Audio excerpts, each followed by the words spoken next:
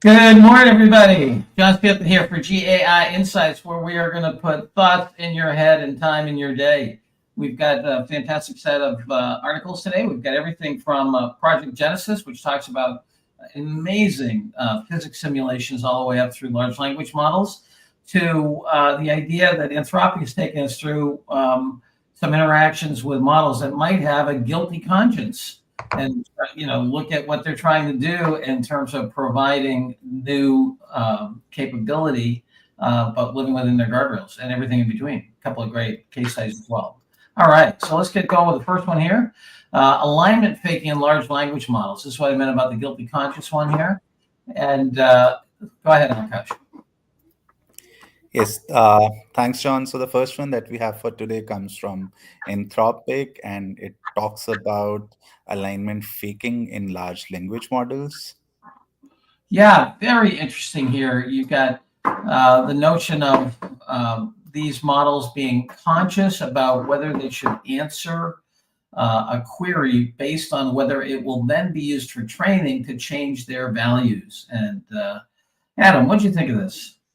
Man, this is bending my mind. It is research. It's important research, but I would probably consider it optional. But the very notion that a model in training may literally demonstrate that it's staying in alignment with some sort of intention around knowing that then out of training it doesn't have to adhere to that alignment is it illustrates so strongly how little we really understand about these things. So it is very important that they're doing these experiments. As I think they said in the article, this is the first empirical example of a large language model engaging in alignment faking without having been explicitly trained or instructed to do so. So it's a cautionary tale about how little we really understand of what these things are doing under the hood. But I would say probably optional in terms of the day-to-day operations at this point. All right, Tim, what do you think here? I would. I gave this an important, and part of me almost wanted to say essential, because there are two sides to this. On the to Adam's point, the day-to-day impact of this is relatively minor. And what I don't want to do is a lot of fear mongering that, okay, well, gosh, we can never use these things. They're going to kill us all. And we're back to the extinction of the human race problem.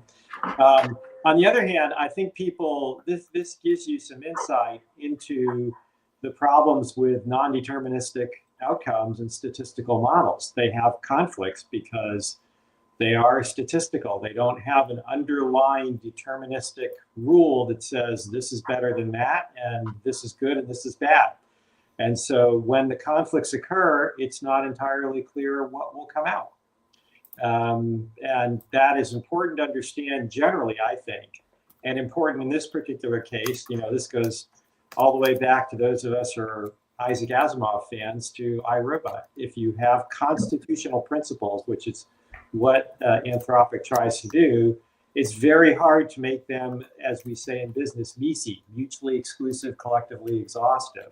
Sure. And so they're just bound to conflict at points. And what happens when they conflict? And there's no particular rule about which way to go. And so it's important to understand from a guardrails perspective, and also I think as a general education on how these models actually work. Yeah. Well, I'm going to give it an important, I think, because for me, practically speaking, it's about understanding that when you do these massive inductive models, that you may have conflicting objective functions, which then will get put into, if we want to use that language, put into activity, as this one has.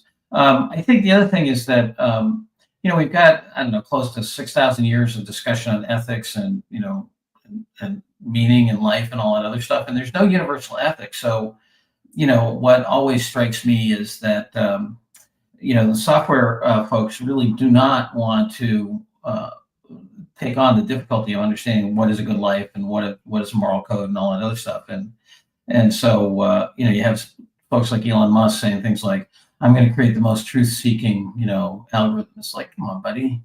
You remember back to when you were 9, where you supposedly read the Encyclopedia Britannica. Go back to the philosophy section and think about that for a while. Yeah, anyway. I agree. Yeah, I think that's another reason I kind of would like people to read this, because it's a little bit of a wake-up call that we should be spending more money on the ethics side. Well, yeah. On the Well, development side.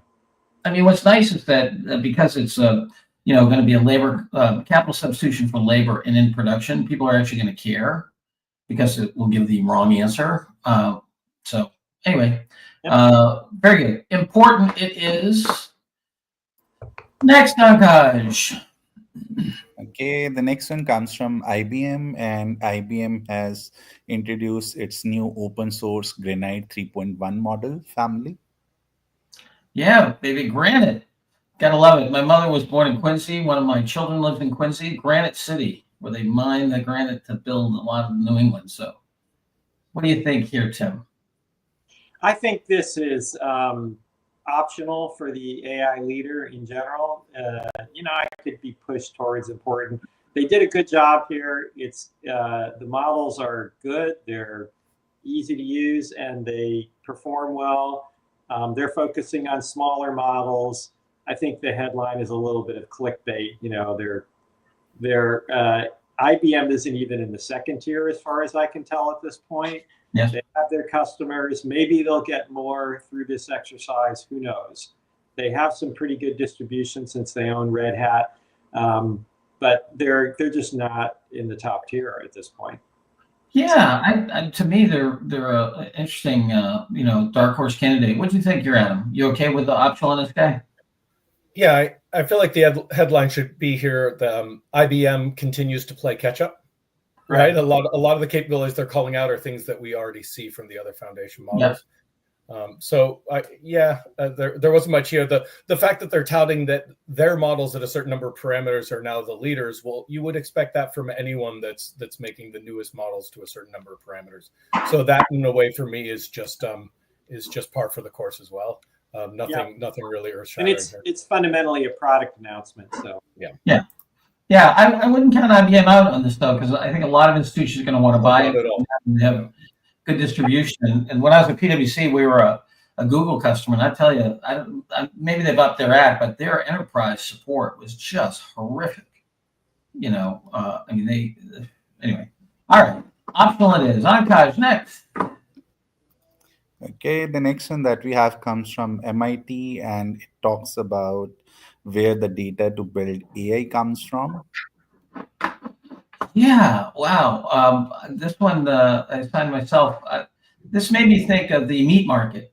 How there's only like 4 or 5 really big suppliers of meat. You got Tyson's on chicken and pork and so forth. So the data stuff is getting so concentrated, especially YouTube. And it'll be interesting to see what happens with TikTok, because TikTok as a data source, I think, is going to be really interesting.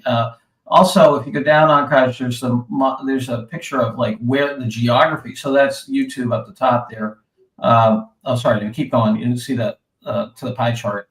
That's YouTube data and video-based models. And I think now with these multimodal things like the one we're going to talk about later with Genesis, I think people are going to be able to take data from different places and use it across the models to train things. So video to words and such. These are data licenses by modality, but I keep going down to the map and just the geography of data sources is kind of interesting. You look at that and still, it's, tremendous amount of the data comes out of the US. Glad they have Alaska up there. I'm sure there's a lot of data coming out of Alaska. Anyway, I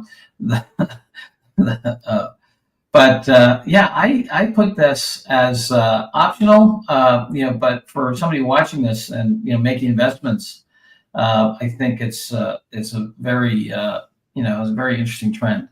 What do you guys think? Yeah, I wouldn't argue with optional. I think,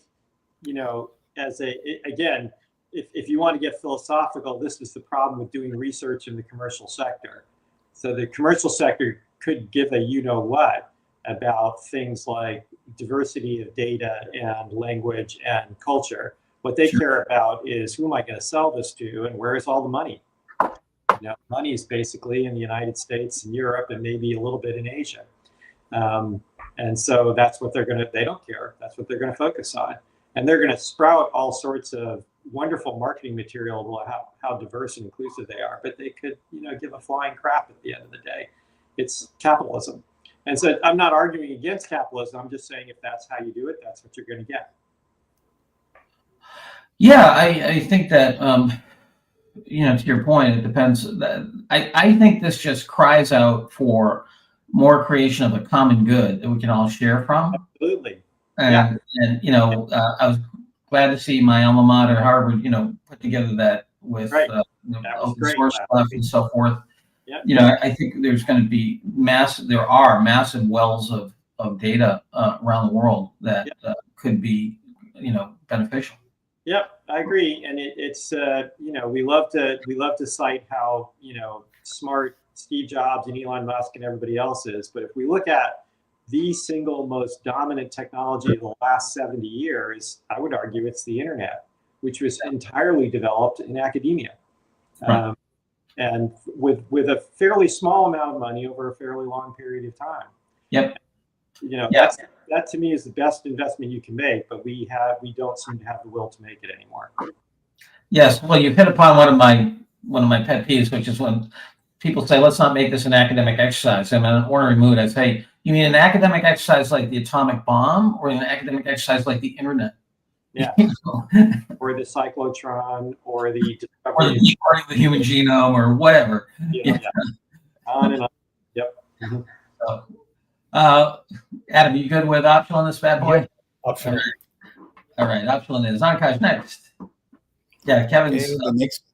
Oh, sorry, I was just saying Kevin Petrie was making the case that public internet may be less valuable going forward. I agree, Kevin. I think there's going to be, if we think about the signal that's in the data, then I think we're going to find new sources of signal. Well, YouTube is a perfect example, as you said.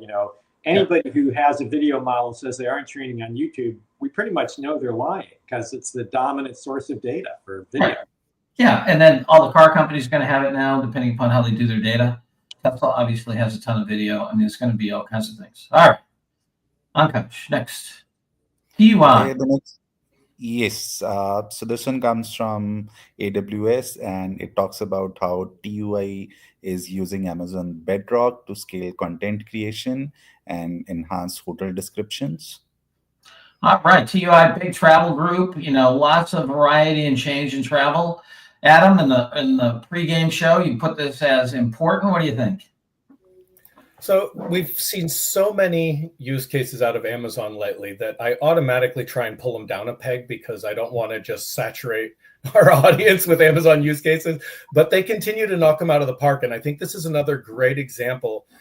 First of all, the things I want to highlight in this one is that it's actually using both a fine-tuned Meta Llama 2 model as well as Anthropic Claude.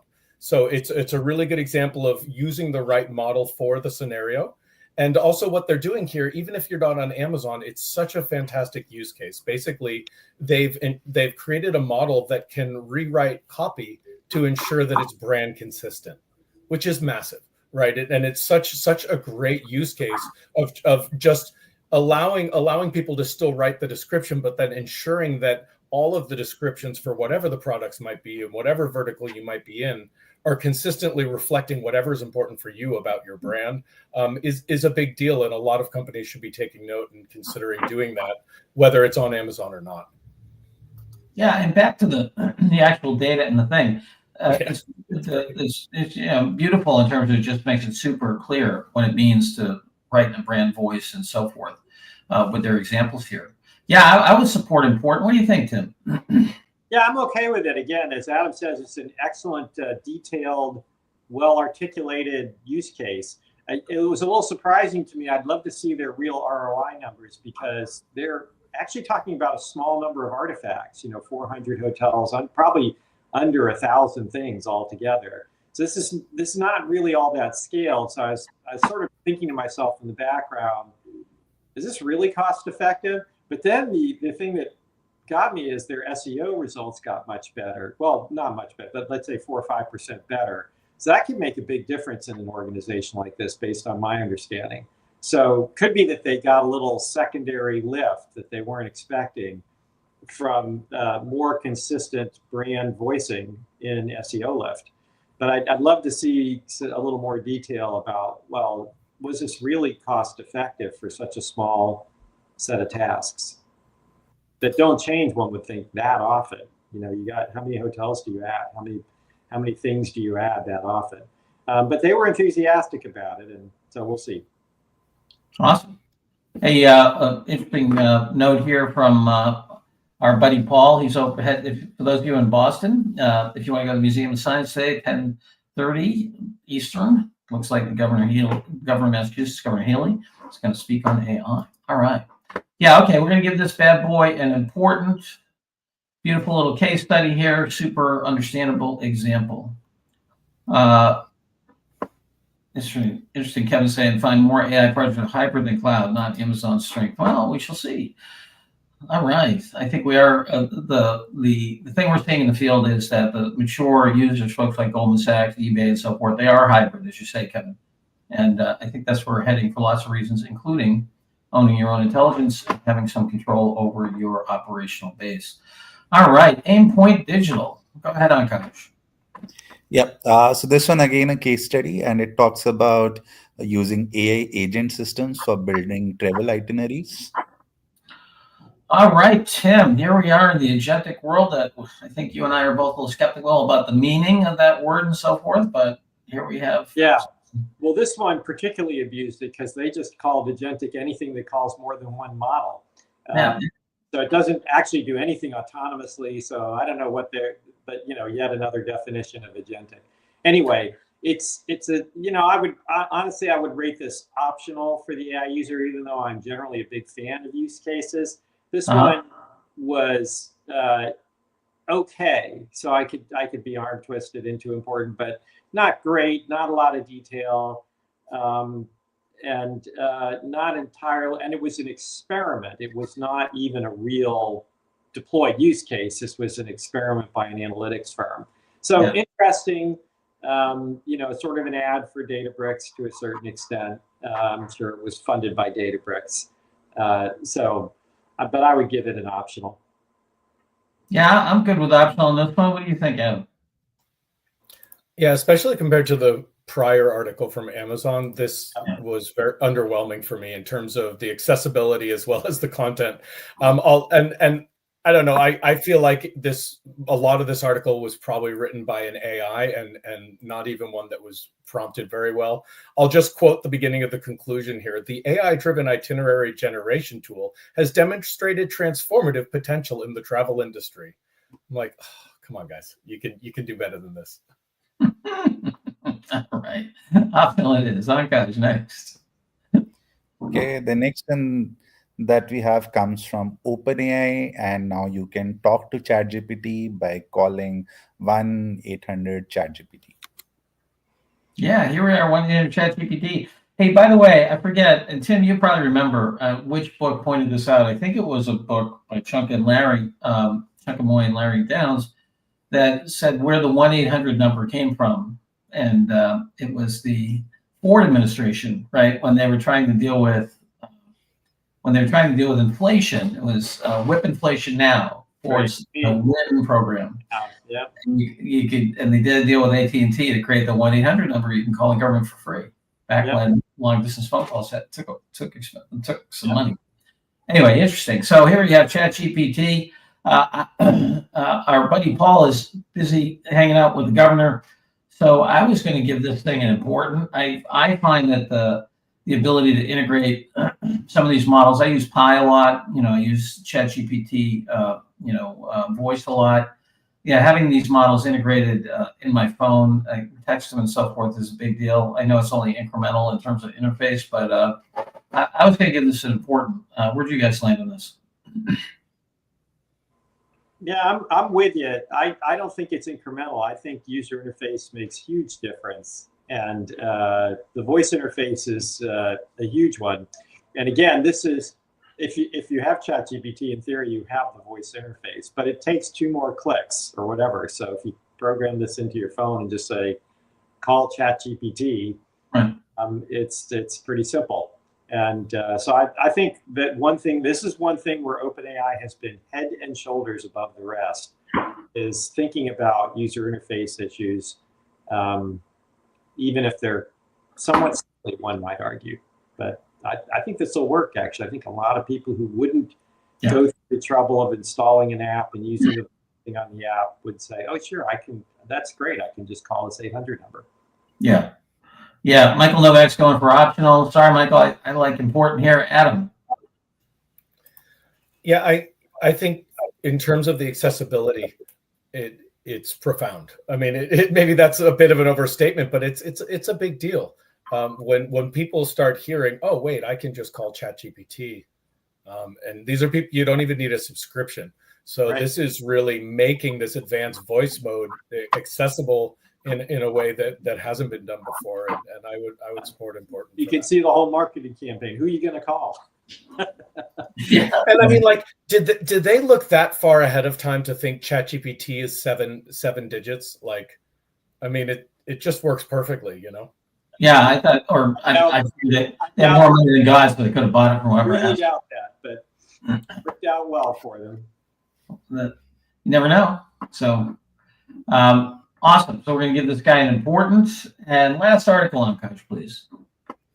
Yes, I think the most interesting article for today, it talks about Genesis Word, a 24-month large-scale research collaboration where they are creating 4D dynamical worlds. Yeah, what do you think about this, Adam? I know you put it on here for us. Yeah, I think this is important. It's still a little bit on the research side of things, but we're going to see things coming out of this very quickly. So as you can see in the video here, the prompt was a water droplet running down a bottle, but it's not just a video generation. As you'll see as they go into it, they can actually prompt it for the different perspectives from the camera, and it's actually generating accurately within that same virtual world effectively. So when they say it's 4D, they're talking about basically the 3 dimensions of space plus time. So it's actually modeling all of the physics. I think in the prompt here, they're actually saying, show me the video of all the forces that are happening on that water droplet as it's running down the bottle. And it's actually showing you the friction versus the gravitational acceleration. I mean, it's just incredible the degree to which they've got this down. And then on top of that, the fact that it's open source and it's a collaboration between not just NVIDIA and MIT, IBM, Watson AI Lab, but universities from everywhere from China to Carnegie Mellon to UW to Stanford and MIT Amherst. It's just an extraordinary effort for the public good. I think I'm almost talking myself into essential as I describe it here. Yeah, what do you think then? I thought it was at least important. There are 2 reasons. As Adam said, there's just the general fantastic nature of it. I think I've been saying from the beginning, the integration of I don't know what to call them, real world models with these statistical large language models is really going to break things open. And I think this could be the first real example of that. So that's a huge issue, just understanding that you can integrate these models together and then get much better results. The second is this thing could explode the robotics field, because part of this is about, man, they can generate robotic training in no time and it's accurate. And if they can then, I want to go back and read the underlying material. I'd love to know how they were integrated. Could they do this with a small model that could be on the robot? So the robot now has an understanding of the physics as well. That would be an enormous advance in robotics. So we'll see. It's early days, but certainly important. I think it's one of those things that's at least worth knowing about. And if you're in robotics, I think it's essential. Yeah, I think a lot of these things, the secondary implications a lot of times aren't discovered. Like I'm just thinking about back when I was a young faculty member at Harvard Business School, I did a lot of work with the folks over at the design lab at the Graduate School of Design, the Architecture School and Design School. And the big thing then was to be able to get models that could go all the way from outside visualization all the way through functional capability, building interference and so forth, to building maintenance, right? And just And the idea that this guy, Bill Mitchell, who's a fantastic guy, died of cancer, unfortunately, was, one way to think about building is nothing but a database that has different projections in time, And so, I mean, to have something like this as a capability that you can plug into architecture or robotics or, package design, who knows, I think is going to be, it's just fantastic. I mean, so anyways, I don't know. I'm headed for Ascension. What do you guys think? Gonna live large here? We're gonna, I think Ascension, yes. All right. Okay. Well, I'm glad that I have the chalk here. I feel the power. We'll be just coming back tomorrow, but John, as you talk about smaller versions of this and running them on the edge, I just think back to the news from yesterday about the new Jetson Orin Nano Super from NVIDIA, right? And as you start to pair these things together, what you're talking about becomes quite feasible. Yeah, I think that's what, that to me is, a huge part of what we're doing here, which is that it's the knowledge on demand, expertise on demand, the modularization of it, the ability to interoperate across different domains, right? That we've never had a form of knowledge like this before, with the generative piece. I think, you can say, okay, subroutines in software kind of look like this, simulation models, certain kinds of findings from science, right, can be reused. But this is so interactive and active. In a weird way, Tim, it's kind of like the world's best object-oriented instantiation, if you want to think about it semantically, you know what I mean? It's like, again, these objects that are active, and it kind of goes back to a lot of Alan Kay's early work. Yeah. Yeah, okay.